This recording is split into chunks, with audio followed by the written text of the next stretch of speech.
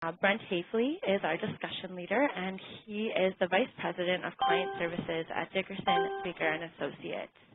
Brent provides counsel on a variety of nonprofit leadership areas, including capital campaigns, major donor fundraising, strategic planning, nonprofit leadership, board governance relations, and vibrancy planning. In addition to his consulting work, Brent's a popular speaker at national, regional, and local conferences on nonprofit leadership and fundraising. He's also a faculty member at the University of St. Thomas's Fundraising Certificate Series, where he teaches courses on capital campaigns and nonprofit marketing. Brent has actually spoken to our audiences already once throughout Wisconsin as part of our nonprofit roundtable series, and he received such good remarks that we wanted to bring him back again one more time for an online session. So we're excited to bring him back and welcome him for today's webinar. So with that, I will turn it over to Brent.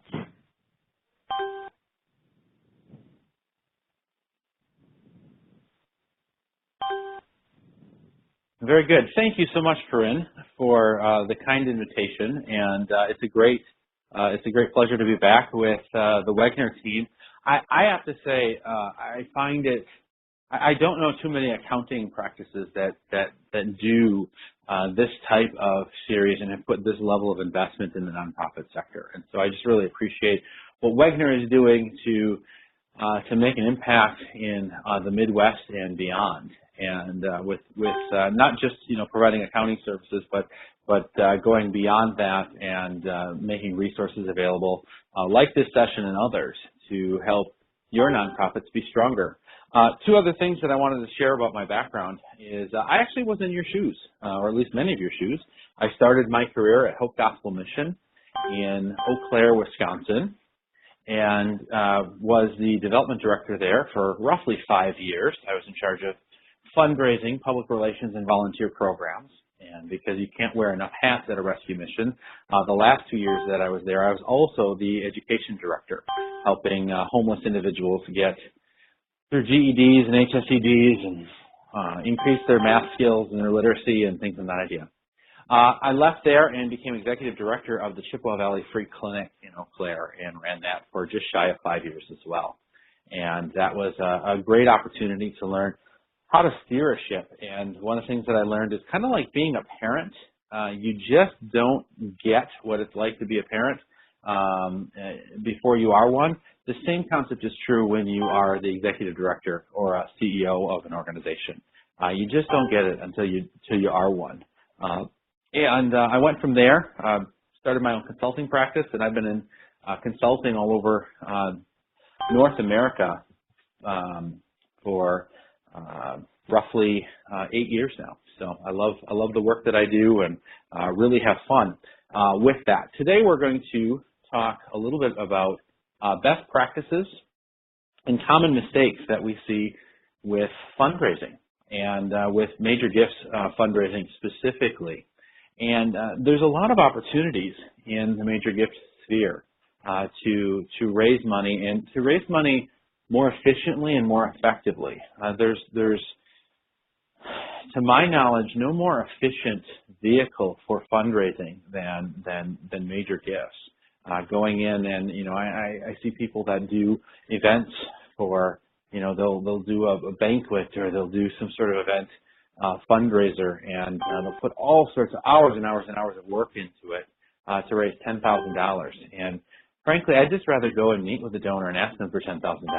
It's just more efficient and more effective and frankly a bit more fun, at least to my style. And so I want to talk to you a little bit about how to make that work and how to be effective with that. The first best practice that we see, and I'll share with you also that our practice we've been in business for over 30 years. We're based in Asheville, North Carolina, but we have consultants all over the country, and we work all over North America, actually. But we've worked with over 1,000 clients, and a major or very significant portion, probably over half of our clients are major gift clients. And so with that, we get the major gift sphere, and these are best practices that we have seen. The first best practice that we see is getting out there, actually getting out and meeting with your donors one-on-one, getting to see them, visit with them, get to know them, ask them questions, understand who they are, why they give, what their motivations are, what else they give to, so that you can tailor your approach. You can tailor your work to those donors. And it's amazing when you start meeting with donors one-on-one what you can end up discovering, what you can end up learning, surprises that will come along the way. But it doesn't work unless you get out there. And we have a rule that we share at Dickerson Baker, a rule of fundraising, and it's the rule of 3 C's. And the rule of 3 C's goes a little bit like this: see the donor, see the donor, see the donor. You've got to get out there and see the donor, visit with them, meet with them. In this day of technology and social media and FaceTime and Facebook and Twitter, there's just no replacement from meeting in person and understanding who they are, understanding what they are able to do. You really can't do the best fundraising from a desk.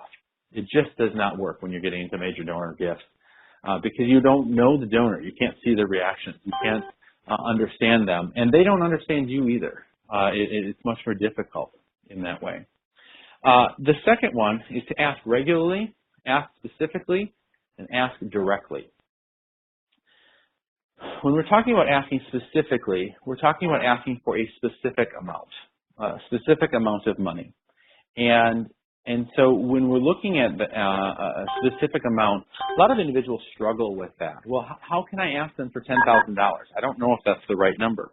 How do I ask them for $50,000? I'm not really sure what I could ask, or I don't know if I can get it out, or any of that. And what's interesting about that is I think it creates a dilemma.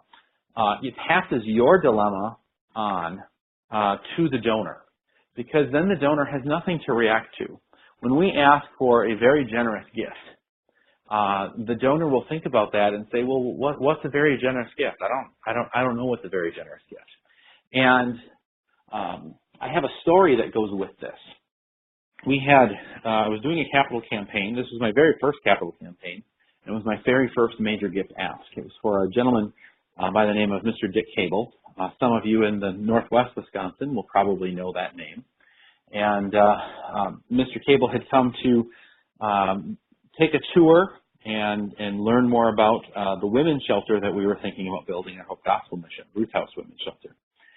And as we're walking through and giving the tour, we get done with the tour, and we sit down, and there's this opportunity for me to ask the question. And so at the time, I was making $24,000 a year. I was 23 years old, and meeting with one of the, Mr. Cable and his wife, Dick and Marlene, had been nominated and actually awarded the Philanthropist of the Year a couple of years prior. And so these people are very well-known philanthropists in the area, and it was my job to ask him for a gift. And so I sit there and I kind of stutter, and Mr. Cable, would you consider a generous gift to the campaign? Mr. Cable looked at me and very graciously said, yes, I will. And then we parted ways, and that was that. The very next day, I'm at my desk, and I get a call from the receptionist, and the receptionist says, there's a Mr. Cable on the phone. And I'm thinking to myself, oh, no, we're not going to get this gift. He's calling so early. Like, I would have expected him to take longer to think about this. And so he gets on the phone, and he says to me, son, and he did not say son because he was being disrespectful. He was being very gracious and loving. He said son in kind of a Werther's Original grandfatherly sort of way. He said, son, how much money did you want from me? And I really struggled, and I started stuttering again, and I was $20,000. And he waited a few seconds and was thinking there, and finally he says, I'm going to give you that $20,000, but I'm going to give it to you in a unique way. I'm going to give you $10,000 of cash, and I'm going to give you $10,000 of advice. Are you ready for the advice? And I said, yes. And his advice was, always ask for what you want. He wanted a specific number. And even though $20,000 was a significant amount of money in my mind, for him, that was a small gift, frankly. He has the capacity, and not only has had the capacity, but has demonstrated gifts of over $250,000, over $500,000. And we wanted 20 grand. But he didn't really know what his expectation was. I had transferred my fear and my dilemma of what should I ask to him, and suddenly he had to figure out, well, what do I give? And I think that is a disservice that we make in the field to our donors. We need to ask them for support. We need to be able to say, this is what we're looking for. Would you please consider a gift of X number of dollars, and actually give a specific number? And they may not give that number. In fact, frequently they don't. Sometimes they go up, sometimes they go down, sometimes they do give you your number. But then they have something to react to. I'm not sure if you've ever gone to the store to buy spaghetti sauce, and you look, and I just get overwhelmed because there's 85 different varieties of spaghetti sauce, and really all I want is chunky spaghetti sauce. There's, for me, there's two different types of spaghetti. There's chunky sauce and there's the thin sauce. I want the chunky kind, but there's so many varieties that it's overwhelming. That's kind of what we do to our donors. So asking regularly, asking specifically, and asking very directly is important. Getting out there and making sure that what you're doing is very clear to those donors. One other suggestion that I have is, even when you're going out and meeting with your donors and you're not planning on making an ask, the donor is not ready, you're going on a cultivation visit, always have an offer in your bag, in your folder, in your folio, whatever you're using when you go. Always have an offer available, because you never know when the donor is ready. And we might think, oh, the donor's not ready yet, I'm not going to bring something with me. But there's always wisdom in bringing an offer with you. You don't have to take it out of your bag. But if you hear that the donor's really hot about a concept or a topic, or you're finding out they just got a bonus, or they, something comes up in there, it may make sense to say, well, actually, I have an opportunity that I'd like to share with you that may be of your interest. Given what I know about you and the circumstances, let's chat about this opportunity, this offer, and see how you feel about that. That is a valuable way to go about this process. One other concept, I want to go back to this. One other concept is this regularly concept. Don't be afraid to ask major donors for more than one gift a year. There's an assumption that, we can only ask donors for one gift a year because, they gave $5,000. Oh, they gave $10,000, and that's a lot of money. It may be a lot of money to you, but it may not be a lot of money to them. And I'm working on there's another project that I'm working on. It's and where a donor gave $900,000 to the project in 4 separate gifts to the exact same project. And we keep coming back to this donor and saying, there's another opportunity, or here's another way to think about it, or this happened, would you consider that?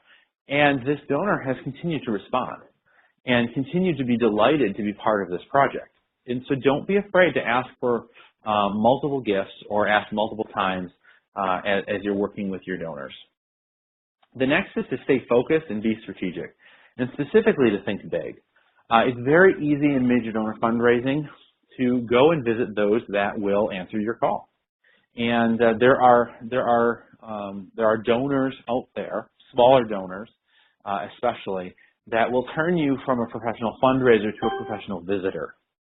And so being very aware of, when you're looking at your portfolio of donors and you're assigning them and you're thinking about, all right, here's the 50, here's the 100 donors, here's even just the 10 donors that I'm going to go visit, making sure that those are the most valuable 10 donors you can spend your time with. That it's not just, well, I really enjoy these 2 people, but it's more, these are the individuals that have the potential to make the greatest impact on our organization, and the biggest potential to give gifts. Big gifts add up quickly, and whereas you need to go and make dozens and dozens and dozens of visits with smaller donors. And so really spending extra time, a disproportionate amount of time on your larger donors, is just a wise investment. Best practice number 4 is doing your homework. there's this amazing donor research tool that is even free. It's fantastic, and it's called Google.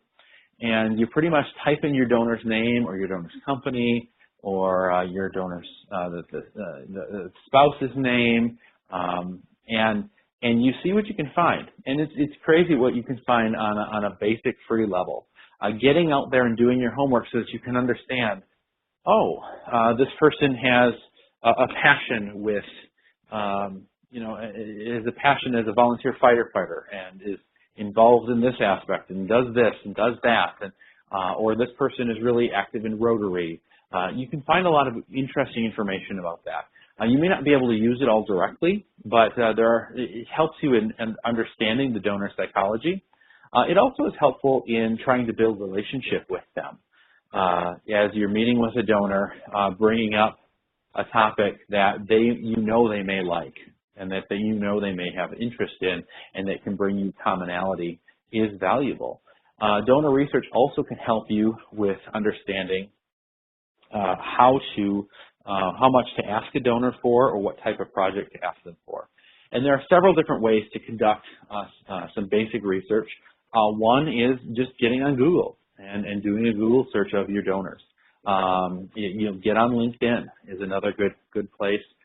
Facebook sometimes can be a little bit more difficult, but occasionally you can do some searches on Facebook as well, especially if you're friends with that donor or they like you, you're able to connect in some way with that donor and see their profile. That's helpful too. Another way of doing some basic donor screening is simply to sit down with your major donor list with the board of directors or with your fund development committee or with others and say to them that, hey, this is important. This is important to me. Let's walk through this list. And I really would like to know who on the board knows these 50 donors. Let's go through 50 donors in a board meeting for the next 4 board meetings. I'd like to know who knows these donors and what do you know about them. And then once you find out who knows the donors, you can then later on go back to those board members and say, hey, I heard that you know Hazel and Floyd, and so wondering if we could talk a little bit about them. I'm going to go meet with them soon, or I'm wondering if you could introduce me to them. So doing that board screening or other volunteer screening is very valuable, and it's free. It's easy to do. The final, some other sources for donor research is using a wealth screening tool. Wealth Engine, Donor Search, Target Analytics, any of those are good sources for doing wealth screening and having some sense of, all right, where is this donor in the spectrum? And wealth screening is not the end-all be-all. Wealth screening is based on the statistical models that look at a range of different things, everything from do they own a U.S. Coast Guard registered vessel to what did they donate or did they donate to a political candidate of some sort. And these statisticians take a look at all of these different factors and they come up with ratings and projections as to what their giving capacity is, what their likelihood of giving is, and while they're not perfect, they can give you some more information and let you know, well, we kind of overlooked this person. Maybe we should go talk to them and verify some of the information that we had. By the way, it's kind of interesting if you see someone who owns an airplane, is an FAA registered, FAA licensed pilot, or has an FAA registered plane, or has a Coast Guard registered vessel, they are statistically less likely to be philanthropic because they put their money into their toys, and that's where that goes. So you can learn good information both on the positive side and on the negative side as to whether the donor would be a great source for you as a donor or as a major gift officer or major gift donor. I'm sorry.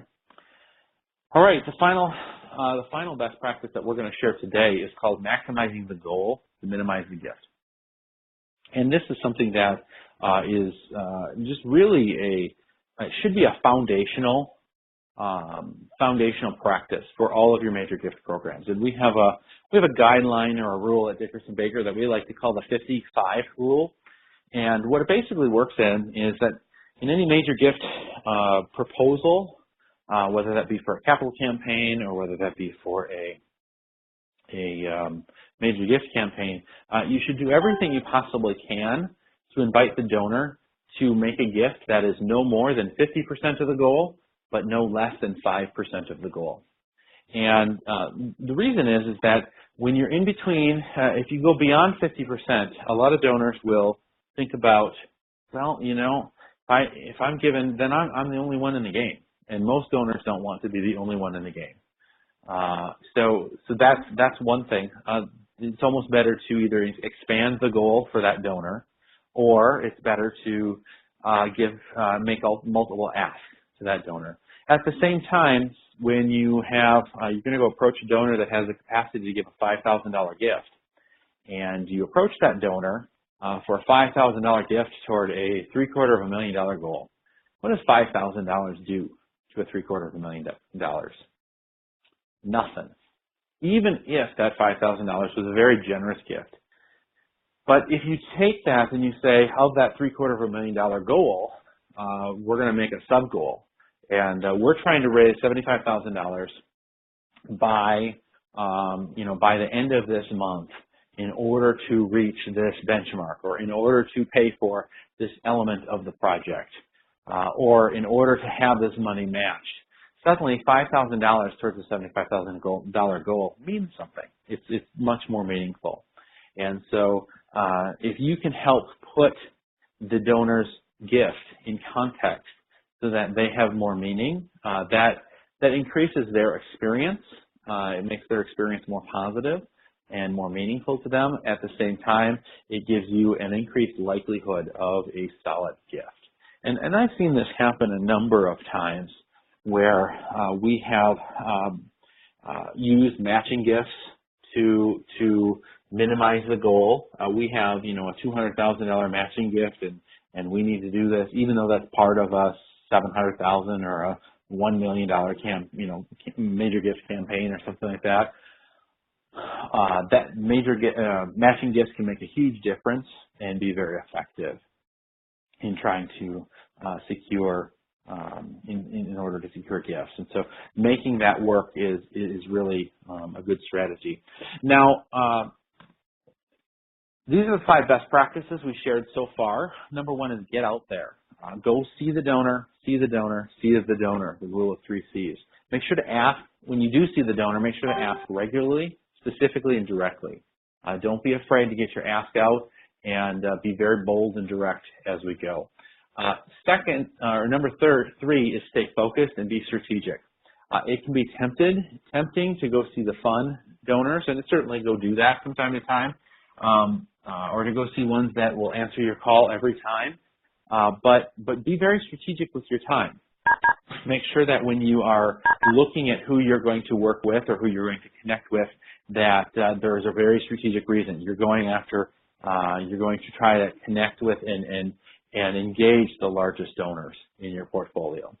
Do your homework. Make sure that you know who you're going to meet with, and know some things about them so that you can make that experience more effective and more pleasant, frankly. And donors appreciate the fact that you've done your research, you're not wasting their time, and that you're not over asking or under asking or asking in an inappropriate time. And then finally, minimize the goal to maximize the gift. Make sure that whatever your gift is, that you've adjusted the goal in such a place that it's in the donor's sweet spot, that the donor can feel like they've made a contribution, but that they're not the only show in town. So those are the 5 best practices. We're gonna move on to the mistakes that we commonly see.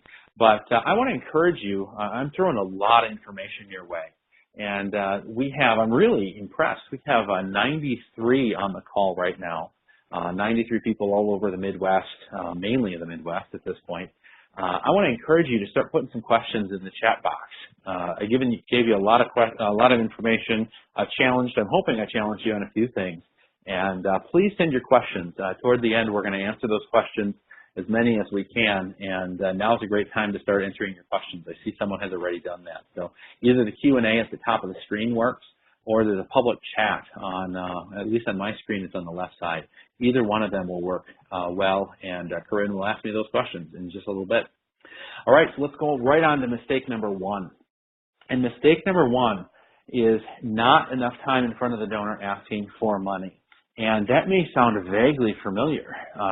In fact, it was best practice number one, and that's see the donor, see the donor, see the donor. Get out regularly in front of the donor.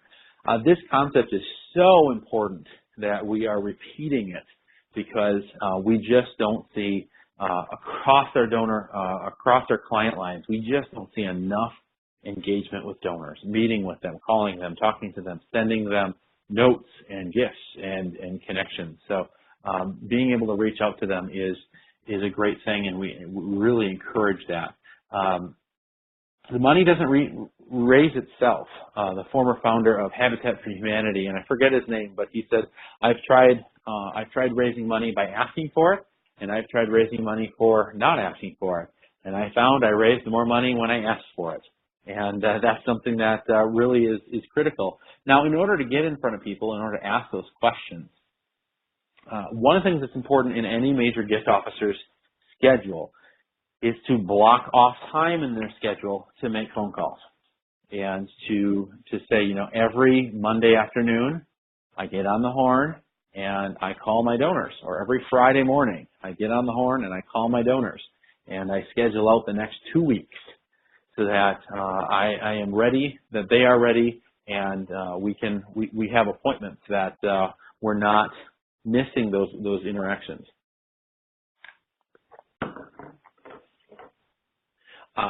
Now, on the screen right here is a chart that we call an elevation analysis.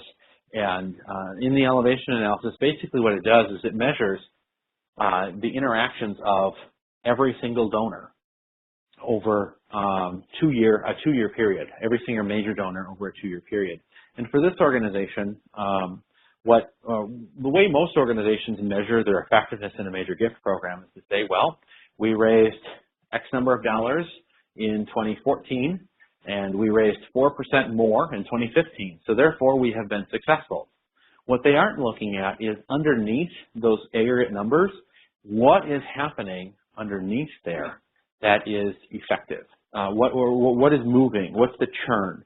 And what we have done is the elevation analysis actually looks underneath and looks at the churn to see what's happening. And with this organization, what we see is that 25 donors from the first year to the second year actually increased their average gift by roughly $1,500 bucks. That's great, fabulous.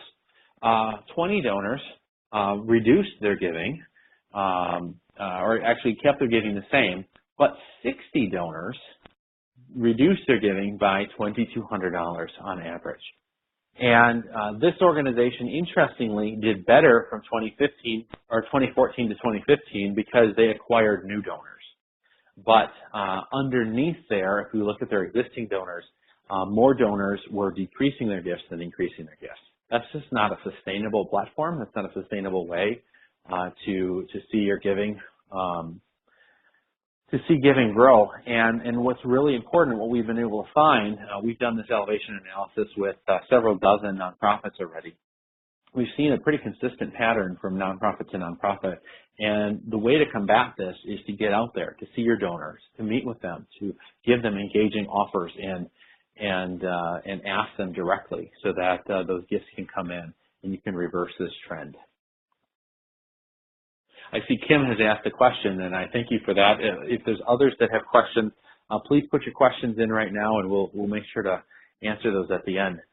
Mistake number 2 is that anyone can be a major gift officer, and there's this assumption that anyone can do anything, especially in America. We have this it's a very American thing that anyone can be president, and I'm sorry, I don't want anyone to become president. I, for example, would not make a good president of the United States, and not everyone would make a good major gift officer either. There's certain personality traits, there's certain profiles, there's certain styles and postures that are very, very effective for major gift officers, and some that are not. Interestingly, those that are really aggressive at sales are not the best people for major gifts. Those that are very directive are not as well. We've done DISC assessments. If any of you have heard of the personality profile of the DISC, that profile, similar to the Myers-Briggs type indicator or some of the other ones that you see out there, Strength Finder and that. But the DISC profile, there's actually a DISC profile that fits the ideal major gift officer. And if you don't fit that exactly, it doesn't mean you won't be a good major gift officer. It means you might have to adapt your style to make it effective. So not everyone is cut out for it. There's certain things that work well and certain that don't. We have an article, Top 10 Characteristics of a Major Gift Fundraisers. And if you go onto our website, which you'll see the website in the bottom left-hand corner, you go onto the website and under the tab of resources, go to blog. If you sign up for our blog in the next 2 days, we will send you this article by the end of the week, the top 10 characteristics of top producing major gift fundraisers. And it goes through the different things that make a really good major gift fundraiser and officer, and what that all looks like and how that functions. Eric just asked what was the profile that best matched. The best profile is a high I for influence, a high influencer with a backup D. We want the I as high as absolutely possible, but we want that D to be above the midline. Typically what we see is the S is very low and the C is somewhere in the middle. And the C, if the C can be higher, that would be best too. For those of you who don't know about the DISC, I'm sorry, I'm not going to take time to describe that, but that's the profile, Eric. All right, making donor assumptions or making assumptions about donors is the third mistake. A lot of major gift officers underestimate the intelligence of our donors. They dumb down the information that we provide to our donors and are reluctant to give data, reluctant to give details, specific examples, sometimes even reluctant to give detailed tours because, donors just aren't going to get it or they're not interested. What we found is, especially major gift officers or major gift donors, they're making a significant investment. And when these individuals make major investments, they typically get to know the business. And so it's not uncommon to see major gift donors looking and investigating it like they would investigate a mutual fund or a stock or the acquisition of a company. And so giving more details, making sure that you answer their questions, and sometimes even offering technical information, saying, I don't know if this interests you or not, but we have this technical report that just came out, and it was related to your gift, and thought you might find that interesting, if you'd like to see that, and just gauge the reaction. Sometimes we can overestimate their knowledge about our organization as well. And the reason that we overestimate their knowledge is because, we're steeped in our organization. We think about our organization 40 hours a week, sometimes 50, sometimes 60. And our donors may not think about our organization more than 15 minutes a month. And even though we sent them a letter and we presume that they read it, but they often don't read it. Or they read a paragraph, but they don't read the whole thing. Or they read it and they forget about it. And so repeating information, making sure that you're not that you're cognizant that you might have to share it again. I used to work at Walt Disney World, and one of the first things that they train you when you go through traditions, their class, the very first class when you work at Disney World as a Disney cast member, the very first class, they teach you how to direct people to the bathroom. And the most common question at Walt Disney World is, where is the bathroom? And it can get really annoying when people come up to you, where's the bathroom? It's over there. Where's the bathroom? And you point and it's over there. Where's the bathroom? It's over there. Where's the bathroom? It's over there. And it can be really frustrating. But the thing is that the person before you, or the next person, they don't know where the bathroom is. And with our donors, we can be sharing the same information over and over again. It can get really monotonous for us. because we keep repeating the same talk track. But the donors don't get that same experience. They're not getting that same boredom with our content. And so it's really important not to overestimate their knowledge and understanding. Number 4 is starving major donors. We have found a really interesting little trend in many nonprofits, and that is a major donor is in the direct mail stream, and they get sent the newsletter, and they get sent multiple appeals throughout the year, and the donor suddenly, or a regular donor does this, and then suddenly that donor gives a $5,000 gift, and we're like, oh, we can't send them letters through the mail with now that they've given a $5,000 gift, they're a major donor, and they take them out of the mail stream, but they don't continue to follow up with them. And we've seen organization after organization after organization doing this. And there is a danger in starving nonprofits, or starving donors by not giving them enough information. And we've seen that in enough organizations that we've started to add it as a common mistake that we see. And so don't automatically suppress your donors from the mail stream. Send them your newsletters. In fact, send them a letter every once in a while. Just because they give large gifts does not mean they don't respond to mail. We have seen significant success with mail programs, and in fact, with our major donor programs, we'll partner with nonprofits, and we'll help them set up their major donor programs.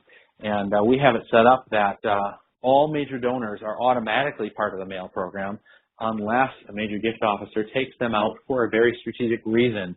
And they can only take them out for 1 quarter, and then the donor is put back in the next quarter unless that major gift officer opts that donor out again. And so we set up a system so that the donor is going to get mail. The donor is going to get asked in that, even if they don't get visited. The final mistake that we see is having one-dimensional relationships with donors. It is scary how many one-dimensional relationships we see. And what do I mean by one-dimensional? I mean that their only relationship is with the major gift officer. And it was interesting. I was in a meeting recently with a client, and we were going through their prospect list, going through their list of donors, and going one by one through each list, saying, all right, when are you going to meet them? How are you going to meet them? Why are you going to meet them? What are you going to do next with them? And I asked, so what is this person's excitement with this organization? And the person says, the donor likes me. Oh, okay. And why, what are they doing? And, tell me more. And said, well, the main reason the donor is giving is because the donor likes me. And I said, all right, so theoretically, if we went across town and went to a totally different type of nonprofit, and you were there, that donor would give a gift there, and the major gift officer said yes. That's a scary situation, because then the relationship is with the major gift officer, not with the organization, which means that you are beholden to that major gift officer. If that officer leaves, you're in trouble. You lose a donor, or you lose a portfolio of donors. And so what we really recommend is a 4-dimensional relationship with your donors, especially your major gift donors. Here's the 4 relationships. Number 1 is, of course, you need to have a relationship with the major gift officer. It should be a good relationship. The major gift officer is the one who owns the relationship and is the steward of that relationship on behalf of the organization. The second dimension, though, is with organizational leadership, with your CEO, with your board president, with your executive director, really introducing those major donors with the leadership of the organization. And what that does is it helps the major donors to relax and to feel comfortable and to say, okay, this makes sense. The major donors will relax a bit and say, I know the leader, I've met the leader, I trust the leader. And that's helpful. The third dimension, though, is with frontline staff or clients or clients. So if you're in a school, if you're representing a school, that maybe the major donors get to go see a presentation by some of the students, or get to meet a teacher, If you are in an environmental organization, they get to go out there with one of the biologists or a docent or something to get to know them and to see, oh, this is how our gift is making an impact on the front lines. The same can be true in a homeless shelter or a food pantry or a senior center or whatever organization you're working with. So really getting that dimensional relationship, being able to really understand what's happening on the ground line, on the ground, and it's crazy when you meet someone that's on the front lines, the great stories that can come out, the relationships that can develop, and donors just get really excited when that happens. And one practical thing, train your staff that when you go for tours, that they take a moment, they stop what they're doing, they introduce themselves to you, and train certain staff members, to share a couple things or coach them on how to share it better.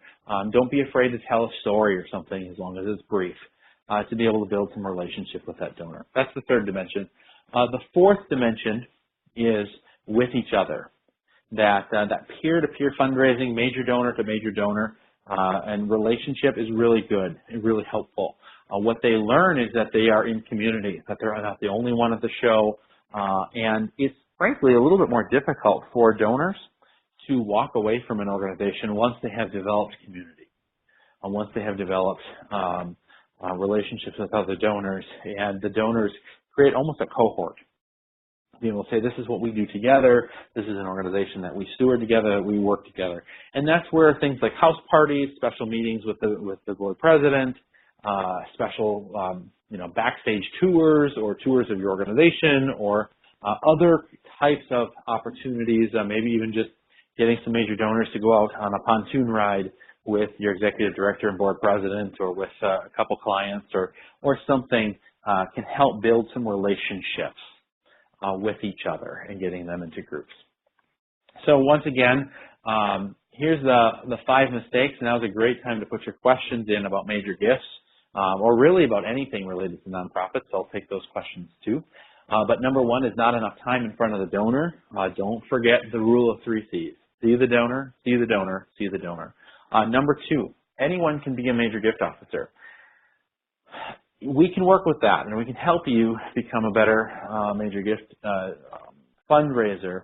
But really, for those that want to be a professional major gift officer, it's really critical that that you have that right personality style, that you have the right characteristics to be a really effective. The best major gift officers fit that profile we've seen. The third is making assumptions about the donor. Don't overestimate their don't underestimate their intelligence. Sorry, let me say that again. You know what I'm saying. I'm messing it up. Don't overestimate or underestimate their intelligence. They are underestimated. There we go. Don't underestimate their intelligence. They're very sharp. They often want to know more information about their guests, but don't underestimate how much they know.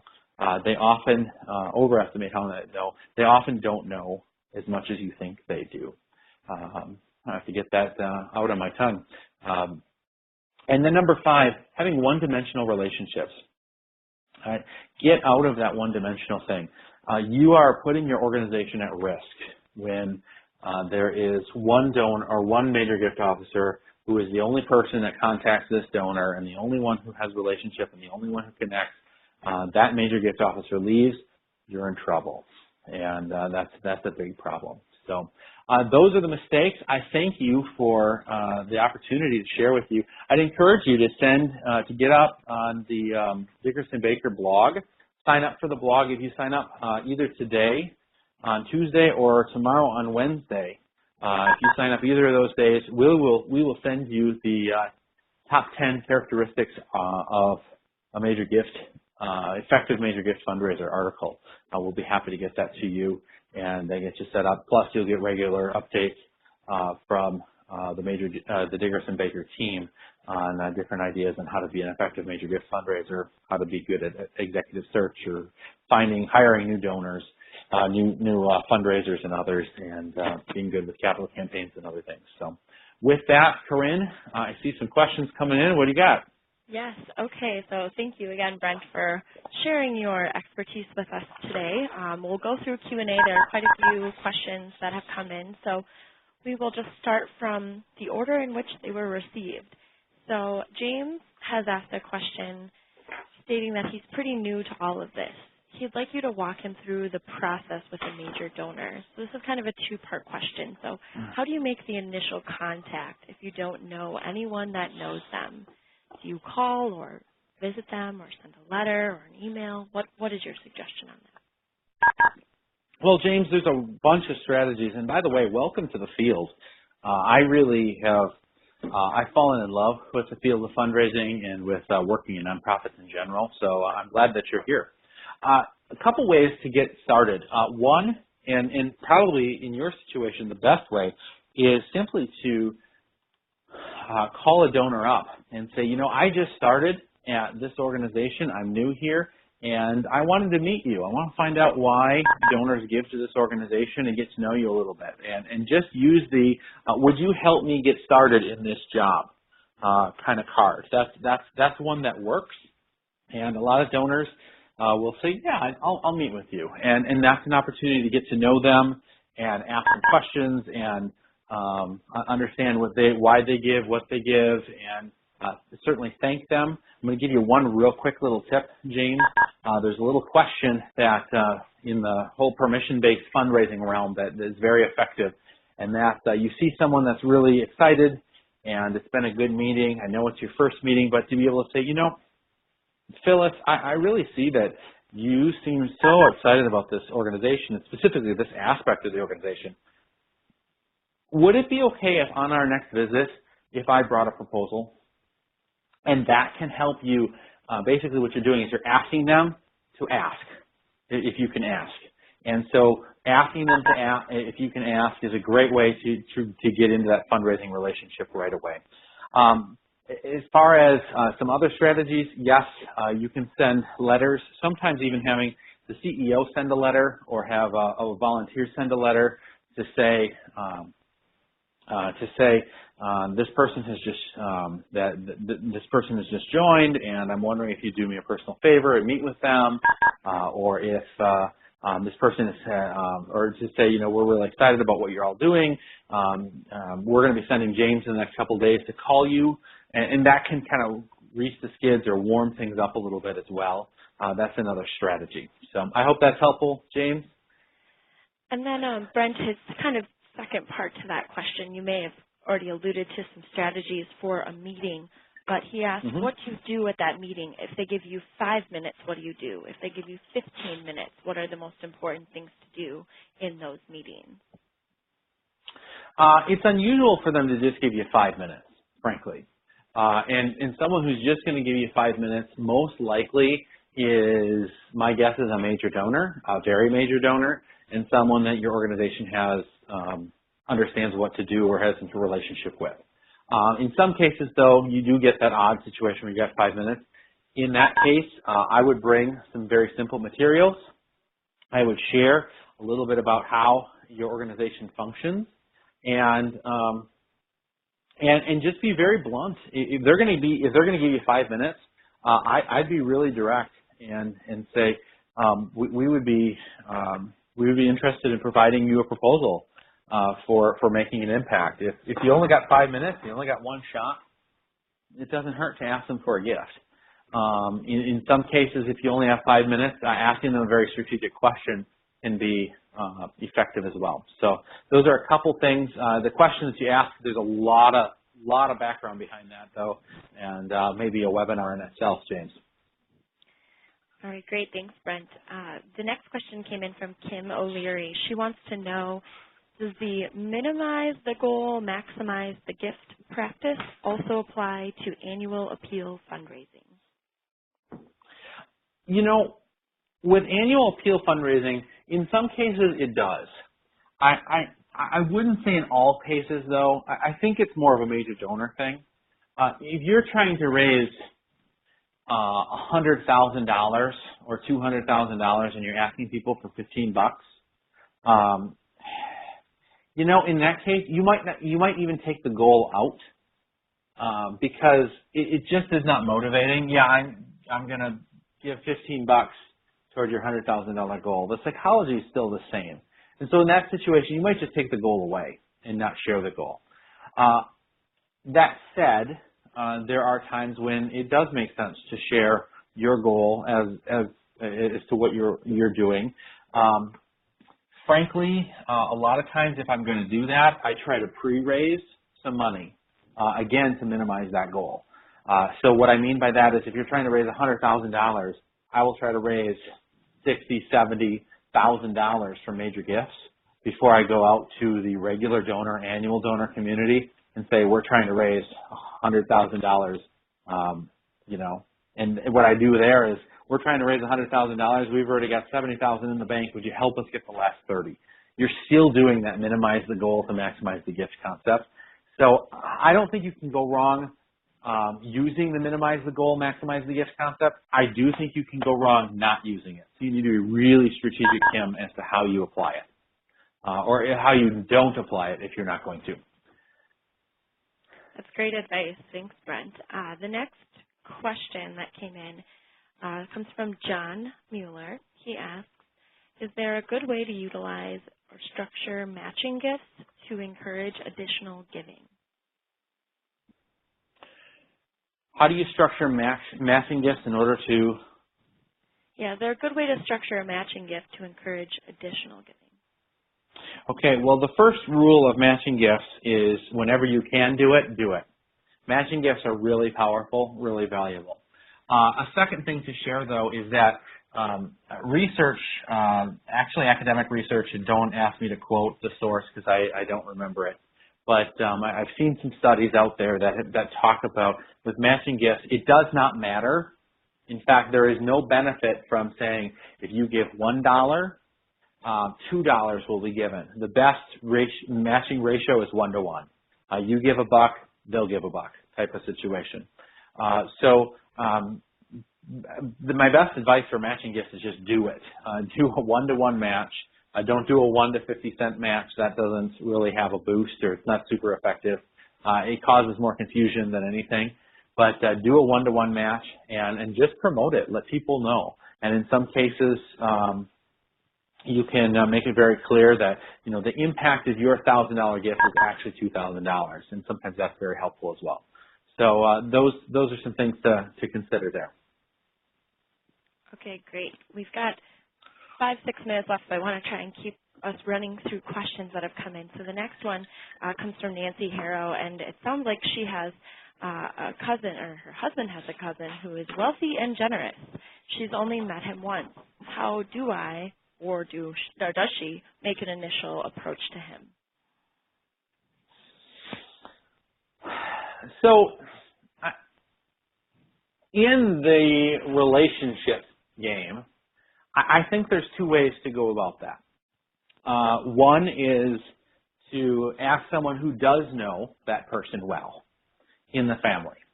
And if you have a good relationship with that person's mother or sister or something, to be able to say, I've been thinking about this. I don't know how to approach this.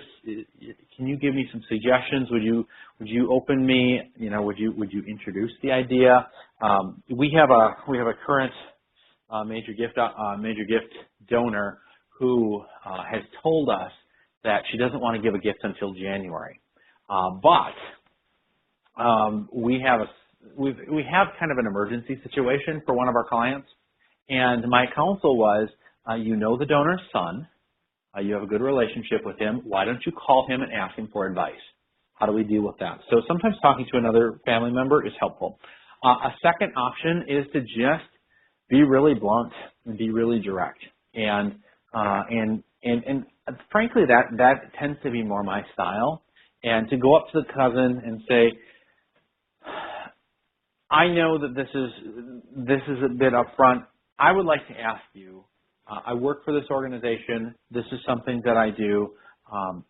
Is this of interest to you at all? If it is, I'd like to talk to you about it. If it's not, we will stop this conversation, and I will think no less of you. And we'll continue on having a good relationship. And you need to be able to really follow through with the I'm not going to make this awkward as the person who's asking for a gift. But at the same time, sometimes just being really direct with people and saying, this is what I do, this is something. And frankly, as I think about you and as I think of what I've learned about you, I think you might find some joy in supporting this. If that's true, I'd love to talk to you more about it. If not, then that's fine. And so just being real direct about that, Kim, is something to consider. So actually, this is Nancy. I'm sorry. Yeah, Nancy. Great. Okay, so there are still some good questions, so let's see if we can get through these before we have to end. So Keith Healy wants to know, what are some best practices for young nonprofits to start to identify and build relationships with potential donors, major donors? Yep. So the first best practice that I can think of for small nonprofits is see the donor, see the donor, see the donor. Sound familiar? Pick 10 donors. You don't have to go with a portfolio of 100. Can you go see 10? Make sure that you write donor contact reports. After you've met with the donors, keep some records as to what you're doing there. Be real open with them. I think one of the things that young nonprofits want to do a lot of times is sound to their donors like everything is buttoned down, everything is perfect. And don't be afraid to share problems with your major donors and invite them into that. If you don't share problems with your donors, there's nothing for your donors to solve. There's no way for your donors to be heroes. And so I encourage you to be humble and to be honest with donors and say, hey, this is a challenge we're dealing with. And so we've got a proposal to fix the problem, but we need help to do that. Would you consider this gift? So that's another way to approach it, Keith. I think you're right, Brent. Focusing on maybe a smaller donor list would be appropriate too. So that's really good advice for some of the younger nonprofits on the call. Mm-hmm. Donna Ambrose, hi Donna, wants to know, I'm sure this is kind of a question from some other organizations too that they have difficulty with, but Donna's competing with 2 other major capital campaigns in her community. What are your suggestions to kind of deal with that or stand out among the other ones? Sure. Before I answer your question, Donna, Corinne, I'm able to stay a couple more minutes too. If those that need to leave, they can leave, but I can answer a couple more questions if Great. that works for you. I don't know what your schedule is, but. Nope, I've got time. That's perfect. Great. So, Donna, first of all, I'm sorry. That's the purpose of a really good feasibility study, to make sure that you can beat the competition, or that you can fight through the competition in order to make sure your project is funded. That's really challenging, though. And I think a couple things that you can do is really do everything you can to be extremely clear and to make sure your materials are quality, and that when you are, in the nonprofit sector, we don't like to talk a lot about competition, but frankly, you are. And that at every step of the game, you are better. That you think better, that you follow up better, that you have better materials, that you are, you make better connections, that you have better parties. It just means you got to work a lot harder. The other thing, though, that I think is really critical to emphasize. By the way, on the other on the better concept, there's a lot of campaigns that do it very poorly, and so stepping up your game is sometimes not even that much more work. It's just being more diligent and being more disciplined. The second thing, though, to consider when you're in competition is that not everyone, in most cases, there are donors that are environmental donors and arts donors and religious donors and youth donors. And so just because there's 3 campaigns in town doesn't mean that all, those donors are the only ones that are going to serve those campaigns or that are going to give. You may have your cohort of donors that will give to your campaign, and they may have their cohorts, and there might not be a lot of overlap. So that's something to consider as well, and to be cognizant of. But good luck. I hope your campaign goes well, Donna. Great. Thanks, Brent.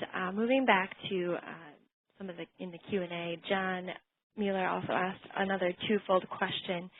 So this will be kind of in your wheelhouse. He works for a church, and he wants to know, is there a trend away from capital campaigns and more of a one-fund approach? And then, is major giving changing with the millennial generation? Okay. Those are big questions, John. You're turning up the heat. Okay. let's talk about the One Fund thing.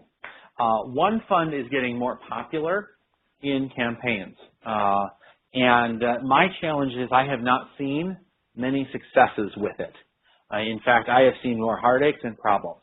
What One Fund is they basically lump everything into this giant jambalaya and of a donor cause, and they say, would you give a check to the One Fund?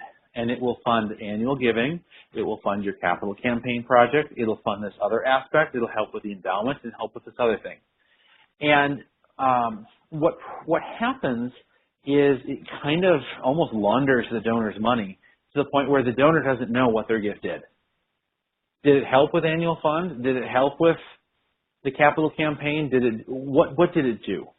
And I have seen, I have a client that we did a strategic plan with the client. We didn't do their capital campaign, but I have a client that they did a One Fund, and they're $3 million behind on giving, and in fact, they're actually losing ground because of One Fund. So I'm really not a big fan of that. I'm a much bigger fan of going out and asking donors, in addition to your faithful annual gift, would you give a stretch gift of X, Y, and Z? So that it's really clear what dollars are going to what categories. The second question is to how are major gifts changing with millennials is something that we're still trying to figure out. There are some changes. You might text that major donor. You might text with that major donor, or you might have to give them more information, frankly. But some of the same rules of meeting with them one-on-one and connecting with them is still, everything we're seeing with millennials is still important to meet with that donor. It's still important to give them a tour. It's still important to connect them with their colleagues, with peers, and show them they're not the only millennial that is giving. So I think there's a lot of differences with millennials, but they're still people. And I don't think the psychology has changed that radically. At least my experience has been that it hasn't changed that radically. That we need to change the major donor theories at this stage of the game. The other thing is that while there are millennials with money, many millennials are not. They're in that age range when they are, paying college debt, buying cars, buying houses. They have young families, paying for college. They're doing that kind of thing where they're not at that point where they have significant disposable income or significant disposable assets. And a lot of major donors, they are giving their gifts from assets, not income. And millennials, unless they're Mark Zuckerberg or something like that, they haven't had the time to build up that corpus to be able to give significant gifts from their assets yet. So millennials you need to be careful with because certainly cultivate them as a donor, court them as a donor, but have appropriate expectations as you're doing that. Thank you, John. Thanks, Brent. As a millennial, I do appreciate your perspective on our abilities to give and the need to be kind of cultivated as a young donor. I think many in our community would agree that there are young professionals and millennials here that really want to get involved in organizations and could become your future donor base, your future major donor base if you cultivate us as volunteers and getting us involved that way. Mm-hmm. So, I think that's a really key point, Corinne, mm-hmm. and getting millennials involved is really valuable. Mm-hmm. I've seen a lot of millennials that, especially millennials with wealth, that they don't want to just sit around and drink wine and gab at each other. They want to do something, mm-hmm. and so getting millennials together and having them work on a mutual project is frankly more effective than having them get together for a wine and cheese event. And that's been our experiences in the field, is just looking at this and saying, hey, how do we get them to do a project? How do we get them to do something or to have some sort of mutual experience that they can then talk to with each other? Because one other thing that we've seen is that the social skills of millennials, they communicate differently than boomers do, or than Xers do, or than the silent generation do. And so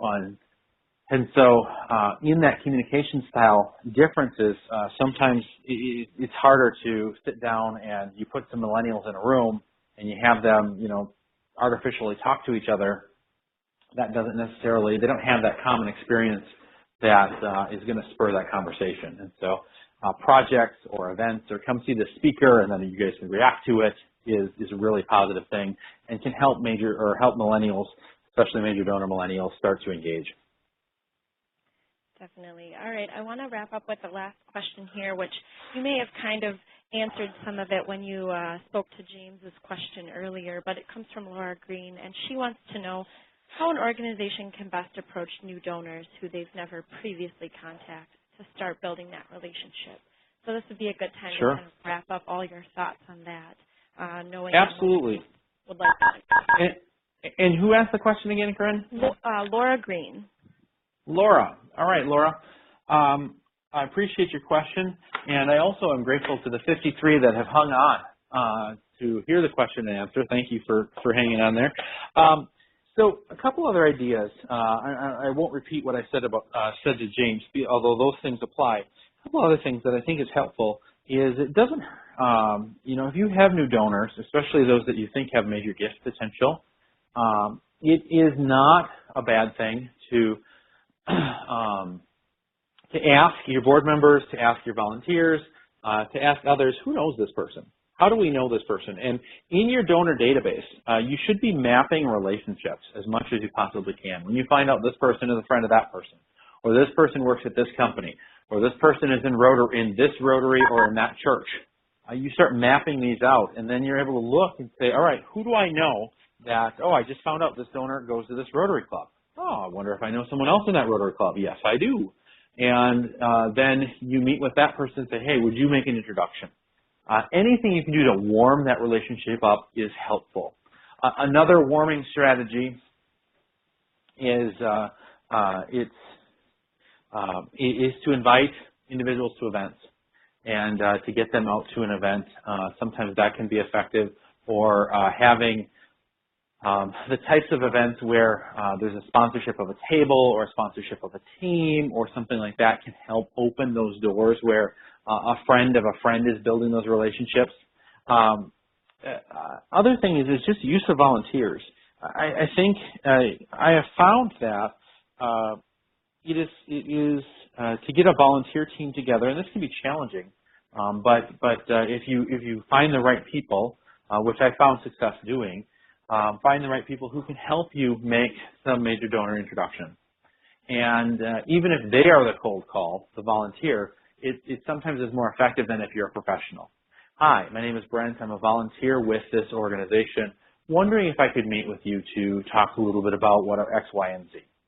And sometimes those volunteers can be more effective in getting in the door, and then once they're in the door, they can introduce them to you. So that's another strategy that's out there as well. Finally, I don't think it ever hurts to drop a handwritten note into the mail. And handwritten notes are just unusual in our society now. We just don't do that anymore. And hand addressed, handwritten, and say, I read this in the paper, and I read this in the newspaper. Here's the clipping. And just as I'm thinking about you, wondering if we could talk a little bit, you might have some interest. I found some other individuals that have interest in supporting our organization. Wanted to meet with you about that. That's another way to reach out to them. Certainly, if you have someone who is given to your organization, you just don't happen to know them, the thank you call is always effective as well. Wanted to call you and thank you for your gift. Wondering if I can meet you in person. I'd love to learn more about why you give and maybe give you an update on our organization. We've got some really exciting things going on that you might not be aware of. And so those are some strategies that are effective as well. So I hope that helps, Laura. And thank you to everyone for the opportunity to share and to speak with you. If there's anything that I can ever do for you, I'd encourage you to reach out to my email address is there, or you can call that 800 number and then ask for me. I'm more than happy to to answer questions or help as we can. We are a full-service fundraising consulting firm, and so we can help with capital campaigns or major gift programs or grants or a range of other areas as well. So thank you so much for this opportunity, Corinne. Great. Thank you so much, Brent. I appreciate it. Thanks to everyone who stayed on for the Q&A. I hope you found everything Brent has discussed today useful. Watch out for those slides and the survey after this session, and we'll talk to you all next time. Have a great day.